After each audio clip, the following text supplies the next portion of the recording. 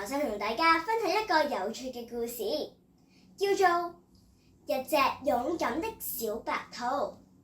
小白喺一個寧靜嘅森林裏面，住咗一隻好可愛嘅小兔仔。佢有一隻長長嘅耳朵，同埋一個圓咕碌嘅尾巴。有一日，森林裏面有一個傳聞，就係話有一隻好狡猾嘅狐狸嚟咗啊！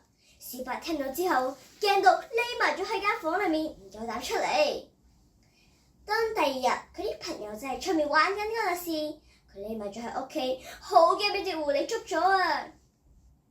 佢開始覺得有啲悶啊，望出窗，佢最好嘅朋友仔小松鼠竟然被一隻狐狸追到上棵樹度，走唔甩啊！點算啊？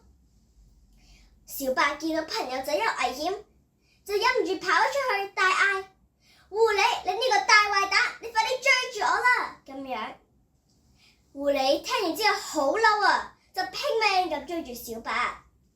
好彩小白身形好細，好敏捷咁樣喺啲樹林裏面穿嚟穿去，狐狸都攰到跟唔上佢啦，最後跌咗落地。